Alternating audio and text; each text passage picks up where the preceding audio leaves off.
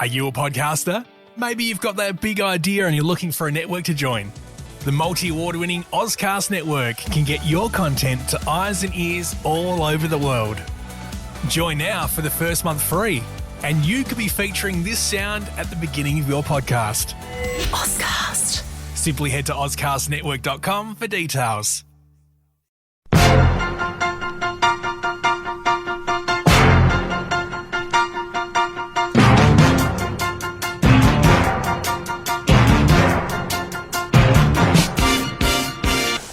Hi everybody, I'm Jeremy Cordeaux.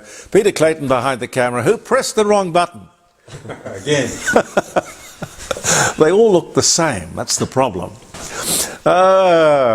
We're ridding ourselves of daylight saving for a while, thank God for that. Now look, don't forget, I hate needles, but don't forget to get your flu needle. It could be a very, very bad season, I'm told. A lot of pain, totally avoidable. Happy birthday to Ford, 100 years old.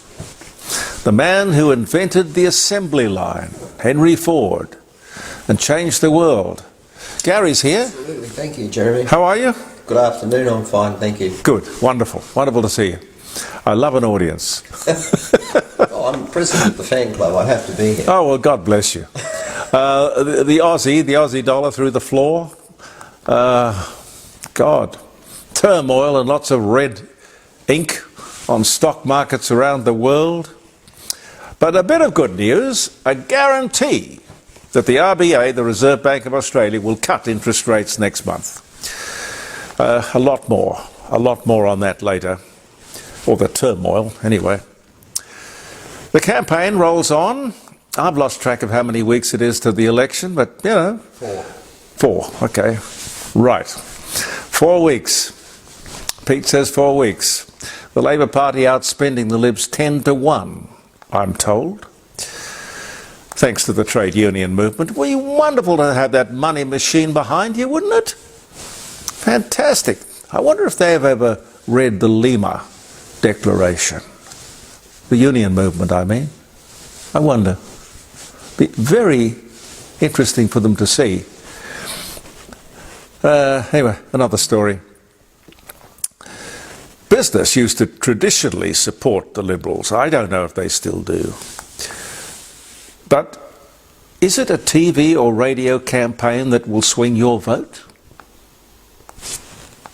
History doesn't show that it will. It's interesting. Interesting. I have got great faith in my fellow Australian and his and her common sense.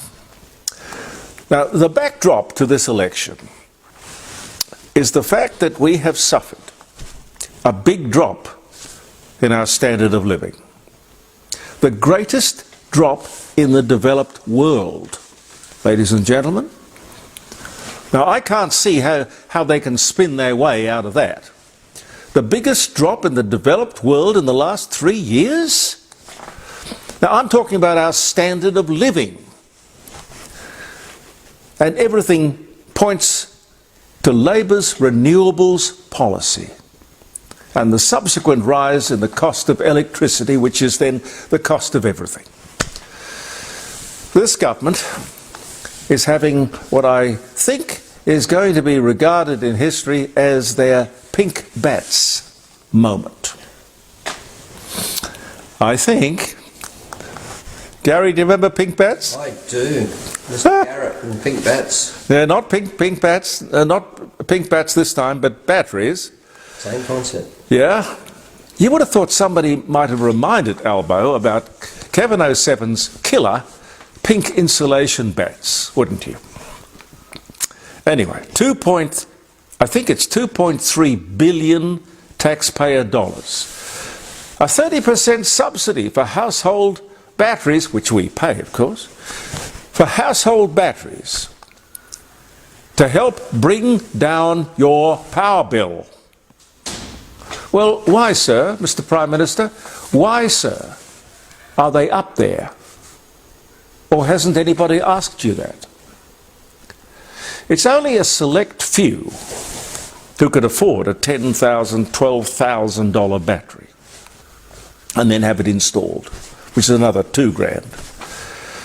And frankly, I wouldn't have one in my home. They are plainly dangerous, much more so than the pink bats, and they killed a few. You must have seen those government-ordered recall ads in the media where they say, very matter-of-factly, these batteries can cause fires, injury, and even death. Subsidised death. Now there is a campaign strategy. Again, I say to the Prime Minister, at public expense, $2.3 billion, what is the problem you're trying to fix? Australia's contribution to global emissions is nothing, 1.3%. Your job is to look after Australia, not the world, which could take me back to the Lima Declaration, but I won't go there today, I don't have the time. This government's energy policy is wrong and will achieve nothing except increasing our cost of living. Anthony Albanese can't be that stupid. It's like The Voice, and we should treat this like The Voice. Vote Anthony Albanese and his energy policy down, because it doesn't work. Reject them both. You see, we're the most energy-rich country in the world. Since Labor came to office 3 years ago, we have gone from the cheapest power to the most expensive, which coincides exactly with our cost of living problems. This is no coincidence. Ladies and gentlemen, the Prime Minister's solution is, if I've got this right, we will take public money, your money, and use it to subsidise your purchase of a dangerous battery so you won't have to buy the electricity that we have made too expensive. Have I got that right? Yes. It's all so unnecessary. The only thing you have to consider, this is the government who doesn't want you to use and benefit from our cheap coal and gas, because it's not good for the environment. Yet we will enthusiastically sell these dangerous commodities to China and India for their people, their industries, their economy to benefit. This is so schizophrenic as to be unbelievable. With that policy alone, they should not be re-elected. It's just so dumb. And again, we have a government initiative like the NDIS, I'm talking about the batteries, which is not means tested, which is silly because the subsidised batteries designed to help the battler who won't be able to afford one, I would suggest it would be only the wealthy few who could. You'll be subsidising millionaires. We all will. Why don't they think these things through? And why do we not have an opposition who is smart enough to grasp what I am saying and make that public? Articulate it. I love the way all the people in the government talk constantly about the world of change. The world and how it is changing. Whether it's trade or politics, science, economics. They talk about how we must adapt and accept and embrace and take advantage of change. But the same people can't apply that common sense to the climate. You don't bankrupt yourself to achieve nothing unless you are a total idiot. You may join the dots yourself. And I don't know, Gary, if you saw the Spotlight program on 7, but I know Pete did. The Spotlight program on Channel 7 on Sunday night was a considerable eye-opener. As you may know, I'm no fan of electric cars. The whole program was an expose on the subject. The electric car, a personal way in which we can all help to save the planet. What absolute bulldust. According to the program, electric cars, promoted to be green and clean and good for the environment, are anything but. The whole thing is an expensive con. Just like the whole climate crisis thing. The Greens, the Labour Party, nowhere to be seen. I haven't heard any Liberals since Sunday talking about it either. Actually, it's a lot worse than this. It is. I'll tell you why it's worse. This government, the Labour government, is giving $100 million of our money to subsidise, to get people into these electric cars. Chris Bowen should go immediately. Should be publicly sacked. It's a joke and a disgrace. We should have nothing to do with an industry that destroys rainforests, ruins lives, produces shocking pollution, tens of millions of tons of poison, which is then put into the waterways. So the people who have been fisher people for generations can't even earn a living. Human suffering and even death everywhere you look. Congratulations to 7 for doing that story, producing the truth. So before you jump into an electric car, and remember the Chinese are dumping tens of thousands of these cheap electric vehicles, some of which you have never heard of before, into Australia, subsidised by your government. Be very careful. Do your homework. You are not saving the planet. You are helping to perpetuate a myth while doing a great deal of harm. I'm sorry. Your heart's probably in the right place. But check it out.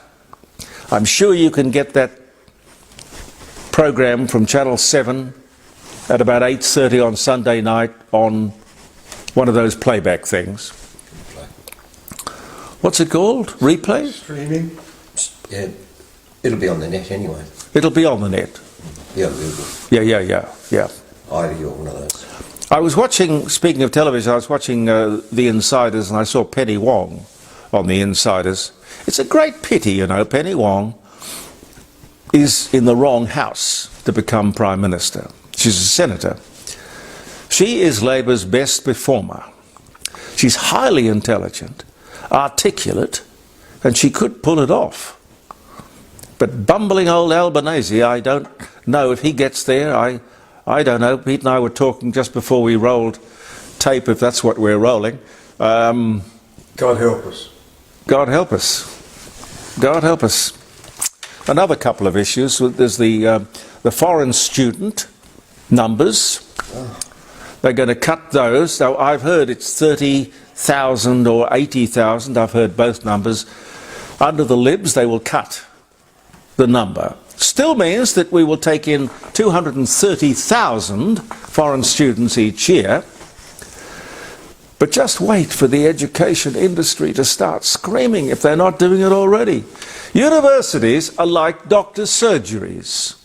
Under this government, they have both become profit centres. Not medical centres or centres of learning and wisdom, no, profit centres. Gee, there must be a quid in it. If you look around Adelaide, for example, building after building after building after building is owned or leased by either Flinders or Adelaide universities. And then you have the huge investment in student accommodation. God, it's an industry. And the other thing that was an issue, you may like to have a talk to us on Friday about it, Dutton wants workers back in the office. Well, I could see nothing wrong with the suggestion. Media attention to this issue has caused him to walk it back. He's basically dropped the idea. And he won't get rid of the 41,000 new public servants. God knows if we needed them or not. I don't believe we possibly could, costing billions. But he's not going to do it now. I don't really care, but to me it's simple. If you want the job, you will work where the boss tells you to work.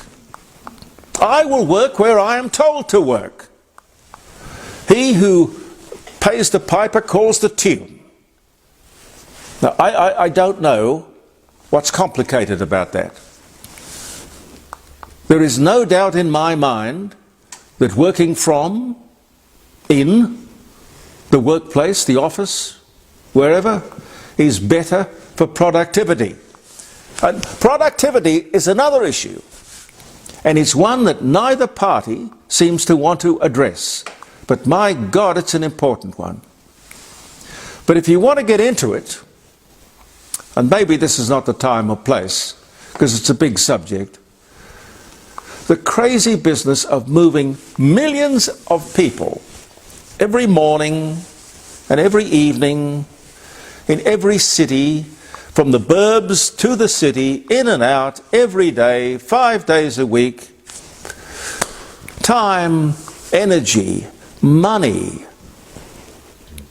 Now, I agree it's not very efficient.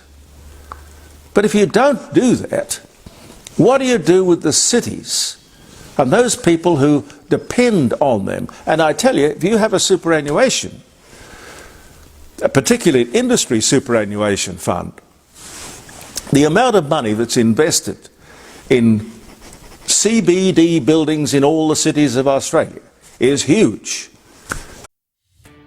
Are you a podcaster? Maybe you've got that big idea and you're looking for a network to join. The multi-award-winning Ozcast network can get your content to eyes and ears all over the world. Join now for the first month free, and you could be featuring this sound at the beginning of your podcast. Ozcast. Simply head to ozcastnetwork.com for details. And without tenants, those investments are worth nothing. It's a problem. We're here with the best wishes of the wonderful Rising Sun Inn. Now, Grant, I'm sorry, I haven't been there for so long. I'm sorry. Well, weeks. Weeks. The Rising Sun at 60 Bridge Street at Kensington. I love dropping in there. You can ring them on 8333 0721. In fact, it's a good idea to do that because they do get booked out, and you should make sure, because they're not open for every lunch and every dinner. Talk to Grant or Jackie. They will really look after you at the Rising Sun Inn, regularly chosen as the best pub or inn in South Australia. And having been built in 1845, this year, 2025, is a big year for them. And our other wonderful sponsor is Jim Elder Fine Art Gallery in Melbourne Street, North Adelaide. With a big auction coming up, he has 4, sometimes 5 a year. You'll find him at 106 and 110. 2 beautiful buildings. One of them is a church with 2 great big bronze lions at the front door. It's quite something, Jim. You can talk to Jim Elder or his lovely wife Helen on 08 if you're out of town, because he has people all over Australia, if not the world. I know he has people all over the world buying paintings through his auctions, but if you are looking to get an appraisal, 088 267 2869. They're inviting people to submit notable paintings for the first of their 4 auctions for this year. I spoke to Jim, when was it? Was it last Friday or the Friday before? Around the dining room table. Anyway, he said they were timing the auction for after the election. And Pete tells me it's, 4 weeks away? Yeah. Yeah. The stock markets of the world are in turmoil.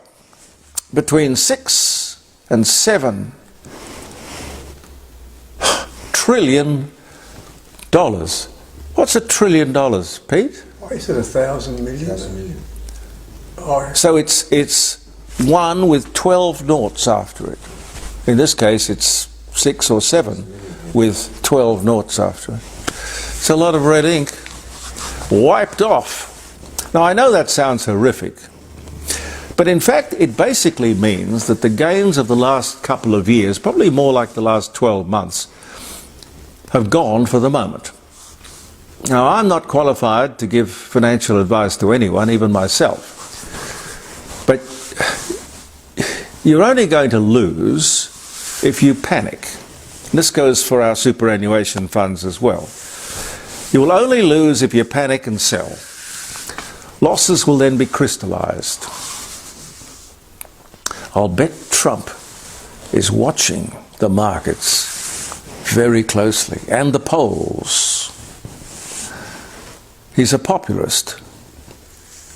People may see this turmoil, of course, as a buying opportunity, which indeed, in some cases, if you take the banks, I can understand there being a hit from, say, the miners, because people might think, well, if China's going to be affected, they won't be buying so much iron ore or coal or whatever.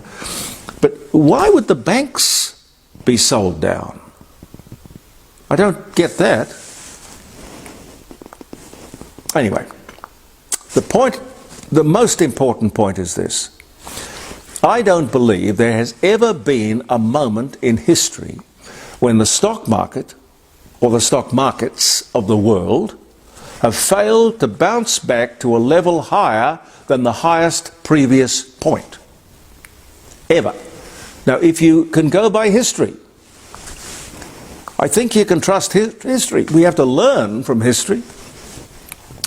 I sat through the entire speech that Donald Trump gave in the Rose Garden, and what he said made perfect sense to me, interpreted differently in other parts of the world because clearly other people have other interests. Donald Trump's priority is the United States of America. He's only doing what he said he would do. I can't see anything wrong with reciprocal trade agreements. Now, if an American product is subject to a tariff of something like, say, 60% in other parts of the world, it would seem perfectly reasonable for the president to say, you hit us with a 60% tariff and we'll hit you with, well, I'll be generous, one that is half that size. That seems fair. In fact, it could be described as generous. But where his argument seems to fall down is that when a tariff is imposed, it is not the country from which the goods are coming who pays. It is, in fact, the consumer, your people. Say, for example, Nike have got a factory in Vietnam, and they're making shoes, shipping them to America, selling them quite reasonably, inexpensively. So if you impose a tariff on those runners, for many people, they will, in America, become unaffordable. I see what the president is getting at. What he's saying is, don't have your factory in Cambodia or Vietnam, have it in the United States of America, and you won't pay any tariff whatsoever. He wants to do something for the American worker, and God knows in this country we have to do something similar for our workers. We're all workers after all. We don't have any landed gentry. The American worker has been alienated and ignored and brutalized over a lot of time. But he has to remember that the American worker costs more than the worker in Vietnam. He wants to restore the once booming states which have become rust buckets, rust belts, I think they call them. I can remember, and we accepted it here in Australia as a fact of life, part of the landscape. If you wanted to buy a Mercedes-Benz in Australia, it would be somewhere between $200,000 and $400,000, depending on the model. I remember one of the things our beloved Prime Minister Gough Whitlam did back in 1972 when he came to office, being a good socialist. First thing he did was to buy, duty-free, a 450 long or stretched white Mercedes-Benz. Holden wasn't good enough for him. Anyway, going back to the models, somewhere between $200,000 and $400,000 for a Mercedes-Benz in Australia. The very same car in the United States would be about 80 grand. Why?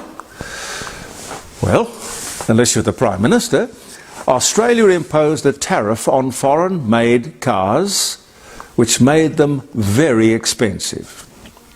We, the consumer, had to pay the money if we wanted the product. That same German car shipped to America was not subject to horrific tariffs.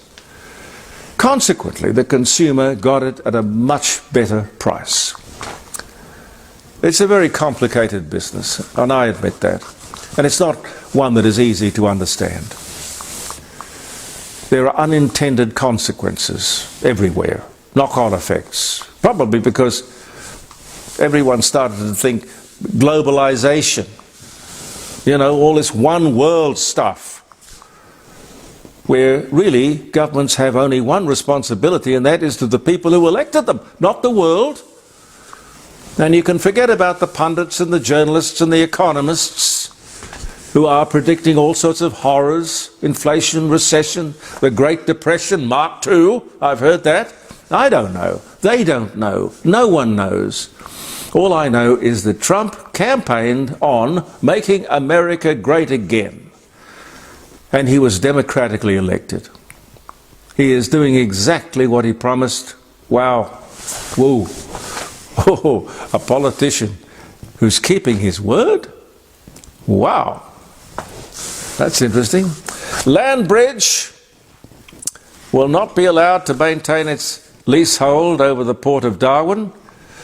Both parties with the same policy on this. What about the Port of Newcastle? Same problem. The fact is that such strategic assets should never have been leased or sold in the first place. And that means to anyone. Now, I don't understand this. How much time have I got, Pete? You're okay. Okay. I don't understand this. I regard this as an incredibly stupid move. The Liberals have dumped an endorsed candidate for the upcoming election.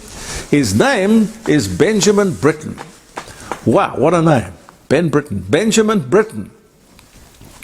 Benjamin Britten. Apparently, he recorded a podcast last year as a former ADF member, a soldier of some distinction. He said in this podcast, he didn't believe that women should be in combat, serving on the front line, you know, carrying a gun, dropping dead with a bullet in the head, you know, that sort of stuff. Personally, I could not agree with him more. We will throw that open Friday morning around the dining room table. 0491 65 68 60 is the number. I don't want to rattle off the number. I hate people who rattle off numbers because you can never remember them. 0491 65 68 60. JeremyCordeaux.com. Or you can get this app, which I think Caroline told me was the best way of doing it. You get on your telephone to the App Store and you just go to Simple Radio and you find jeremycordeaux.com or Jeremy Cordeaux's Court of Public Opinion or something like that on it. Anyway, the Libs sacked this guy who is in a pretty good position, I would say, to make an informed comment on the subject, which is all he was doing. His opinion is based on experience, not political correctness. This inclusion, and what do they call it? Inclusion and equality, something like that. All that stuff. It's out of control, and it's becoming destructive. It's harming the people it's there to help. Has anyone asked a woman, or women generally, if they want to be in the front line? They want to be frontline fighters in combat. Talk to me on Friday about that, will you? Another one, just very quickly. Dozens of kids in South Australia, some 22 I believe, have been given gender diversity treatment. I don't know that I believe it, but I've checked it and I have to go along with it. Gender diversity treatment without the required psychiatric examination and recommendation. Why? Why? What's the agenda? Has anyone asked? Has anyone been sacked? I don't think so. Now what I need is... Oh no, I know. I've got my glasses. I should have them on a string around my neck. It's the best way of doing it. Happy birthday if you're having a birthday. I'll leave you with a couple of dates. It's April the 8th. Tuesday, April the 8th, and this posting on Facebook will be in place for the entire week through till next week.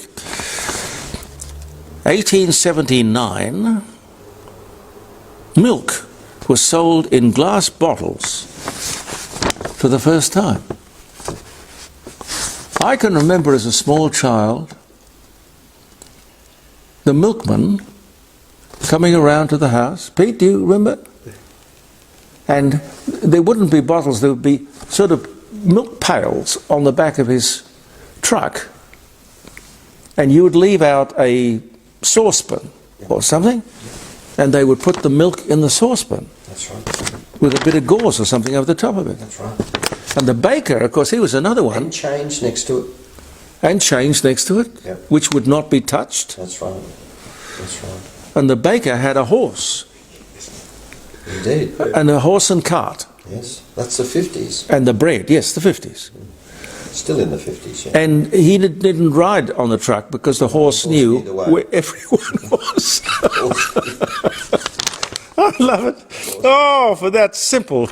We got to go to that little boy. Where's that place that you love in America? Yeah, Sandpoint, Idaho. Sandpoint, Idaho. Schools every morning, Jeremy, would serve a little small bottle. A small bottle of milk, always left out in the sun, with a lot of cream at the top. But we lived. That was the best part. Oh, God. They wouldn't let us have that cream now, and that was the best part. I totally agree. Clint Eastwood is elected the mayor of Carmel, California. That made his day. In 1986. On this day in 1766, the first fire escape was patented. It was a wicker basket on a pulley and chain. But hell, it's going to get you out of the building, that's all that matters. Elijah Otis, American founder of the Otis Elevator Company, and inventor of a safety device that prevented elevators from falling if the hoisting cable failed, dies on this day at the age of 50. The year was 1861. Margaret Thatcher, the lady is not for turning. Margaret Thatcher, British Prime Minister, Conservative, 79 to 90. Dies of a stroke at 87. There was one hell of a woman. 2013. John D. Lind patents the aerosol dispenser. But the funny thing about that, the aerosol dispenser, 1862, it says here. Pablo Picasso, Spanish painter, sculptor, co-founder of the Cubist movement, dies at 91. Never understood Pablo Picasso. Can't understand the people who buy his stuff. Ah, dear. Anyway, he died on this day in 1973. The famous ancient Greek statue, Venus de Milo, is discovered. 1820. Ethel Turner, Australian author, Seven Little Australians, dies at 88 in 1958 on this day. The Critic, which I take it is a newspaper, the Critic reports that ice cream soda is America's national drink on this day in 1893. 2022, the US Academy of Motion Picture Arts and Sciences bans Will Smith from attending Oscars for the next 10 years after he runs up on the stage and slaps the host, Chris Rock, during the 2022 ceremony. Into the area. 1983, in front of a live audience, David Copperfield makes the Statue of Liberty disappear. That's a neat trick. That was 1983. What else? Time publishes its Is God Dead issue. The first issue without an image on the cover. 1966. After 151 years, Britain's Punch magazine publishes its final issue on this day in 92. One more, just one more. John Button, Australian politician. This day, 2008, he dies at the age of 74. He was the architect of the demise of the Australian car industry, somewhat strangely named as the Button Plan. God help us. Thank you so much for being with us, ladies and gentlemen. I look forward to your company. I hope you can join us. JeremyCordeaux.com on Friday morning at 9 o'clock, live streaming from around the dining room table. And we'll be back next Tuesday with another posting on Facebook. And Andy Martin will have the audio of this out on all his podcasts around the place later in the week. Thank you for viewing. Thank you for your support. Thank you, Peter. Gary? Very good. Believe in yourself. I'm Jeremy Cordeaux, and thank you for viewing the Court of Public Opinion.